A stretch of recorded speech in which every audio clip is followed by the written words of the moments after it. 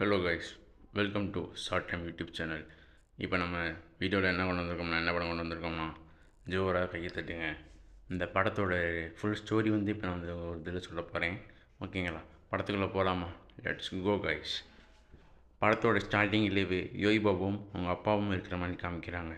அவங்க அப்பா என்ன செய்யாது, சின்ன சின்ன மேஜிக் ஷோ எல்லாத்தையுமே யோகி பாபுக்கு ஒரு மகனுக்கு கத்தி கொடுக்குறாரு. ஓகேங்களா? கற்றுக் கொடுக்குறப்ப அவர் என்ன செஞ்சார், மையம் வந்து சரியாக கற்றுக்க முடியாதனால அவங்க அப்பா என்ன சொல்கிறாரு, நல்லா கற்றுக்கிறணும், கற்றுக்கிட்டா தான் மேஜிக் ஷோ பண்ண முடியும், இல்லைனா மேஜிக் பண்ண முடியாது, அது உன்னை கைவிட்டுரும் அப்படின்னு சொன்னையும் அவங்க அப்பா என்ன செய்கிறாரு, மேஜிக் ஷோ பண்ணுறப்ப திடீர்னு ஒரு மேஜிக் ரூபத்தால் இறந்துட்டார். அவர் இறந்தனையும் என்ன செய்கிறாரு, யோகி பாபு அவரே மேஜிக் ஷோலாம் எடுத்து நடத்த ஆரம்பிச்சிட்டாரு. அவர் கொஞ்சம் கொஞ்சமாக வளர்ந்து வர நிலையில் திடீர்னு ஒரு கம்பெனிலேருந்து ஒரு அக்கா வராங்க. ஒரு அக்கா வந்து என்ன செய்கிறாங்கன்னா, எங்கள் கம்பெனிக்கு வந்து ஒரு மேஜிக் ஷோ பண்ணி காமிங்க, ஒரு ஷோ பண்ணி காமிங்கன்னு சொன்னோடனே அவர் போகிறாரு. அவரோட அசிஸ்டண்ட்டும் போகிறாங்க. ஓகேங்களா? மேஜிக் பண்ணி பார்க்குறப்ப ஒரு பொண்ணு சின்ன பொண்ணோட காலத்தில் லைட்டாக ஒரு கத்தி விட்டு பட்டுச்சோன்னையும் அங்கே இருந்த மக்கள் என்ன செஞ்சாங்க, அவரை போட்டு அடின்னு அடிக்க ஆரம்பிச்சிட்டாங்க. அடித்தவொடனே அவர் என்ன செஞ்சாங்க, ஜெயிலில் பிடிச்சி போட்டாங்க. போலீஸ் வந்து ஜெயிலுக்கு கூப்பிட்டு போயிட்டாங்க. ஒரு நாள் நைட்டு ஃபுல்லாக வச்சு அவர் அடிக்கிறாங்க. அடித்து முடிச்சுட்டு மறுநாள் என்ன செய்கிறாரு, அவர் வெளியே வந்துட்டார். ஓகேங்களா?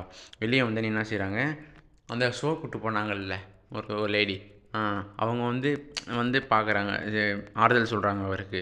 இல்லை இப்படிலாம் இருக்காது, விட்டுருங்க, அடுத்து இப்படிலாம் நடக்காது, அடுத்து வேறு எதாவது பண்ணுங்க அப்படின்னு ஆறுதல் சொல்கிறாங்க. ஆறுதல் சொன்னவனையும் அவர் என்ன செய்கிறது, எல்லாத்தையும் கேட்டுக்கிறாரு. சரி அப்படி இப்படின்னு கேட்டுக்கிறாரு. கேட்டதுக்கப்புறம் என்ன செஞ்சாங்க, அவர் வீட்டு பக்கத்தில் ஒரு ரவுடி பசங்க 3 பேர் இருந்திருக்காங்க. அந்த 3 பேருமே அந்த பொண்ணு, அவர் வீட்டுக்கு வர பொண்ணை வந்து கிண்டல் பண்ணுறது. அதுக்கப்புறம் 3 பேர் என்ன செஞ்சுருக்காங்கன்னா, ஏற்கனவே ஒரு சின்ன பொண்ணுங்க அவரை அப்யூஸ் பண்ணி கொண்டிருக்கானுங்க. கொண்டு ஏரிக்கரையில் தூக்கி போட்டிருக்கானுங்க. ஓகேங்களா? அதில் ஒருத்தன் தான் அப்படி பண்ணான். அந்த ஒருத்தன் வந்து எப்படின்னா, ரவுடி பசங்களை கூப்பிட்டு வந்து அந்த பொண்ணை தூக்கி அந்த மாதிரி அப்யூஸ் பண்ணி ஏரிக்கரையில் தூக்கி போட்டாங்க. அந்த 2 பசங்களுக்கு தெரியாது. ஓகேங்களா? அந்த 2 பசங்களுக்கு அந்த கூட்டத்தில் இருந்த ஒருத்தன் தான் இப்படி பண்ணான்னு அவங்க 2 பசங்களுக்கு தெரியாது. ஆனால் அந்த 2 பசங்களும் சேர்ந்து வேறு விஷயமாக கிண்டல் பண்ணுறது, இந்த செய்கிறது, இதுக்கெல்லாம் பண்ணிக்கிட்டு இருந்தாங்க.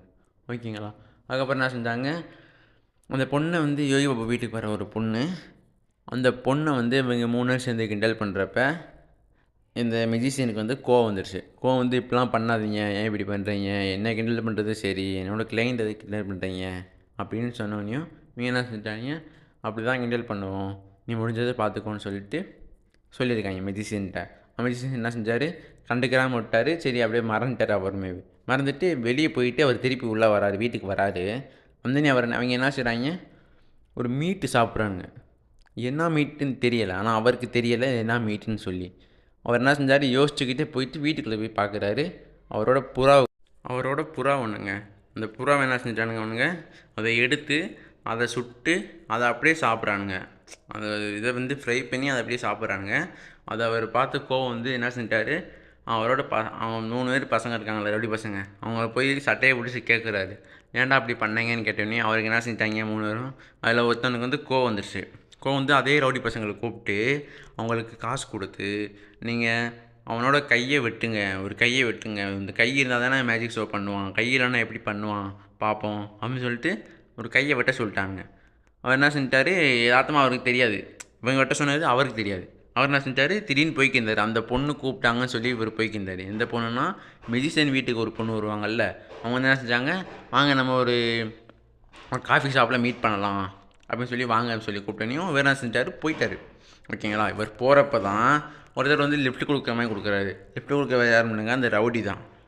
அந்த ரவுடி இவர் ஆள் செட் பண்ணார்ல, அந்த ரவுடி வந்து கூப்பிட்டு ஆள் இல்லாத இடத்துக்கு கூப்பிட்டு போயிட்டு அவர் என்ன செய்கிறாங்க, கத்தியால் வெட்டுறாங்க.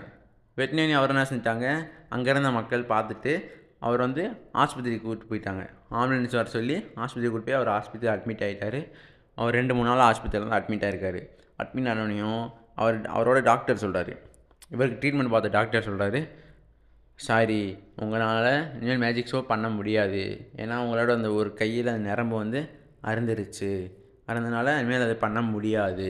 அதனால் பண்ண முடியாதுன்னு சொன்னவனையும் அவர் என்ன செஞ்சிட்டாருன்னா, கொஞ்சம் மனம் வருந்திட்டாருங்க.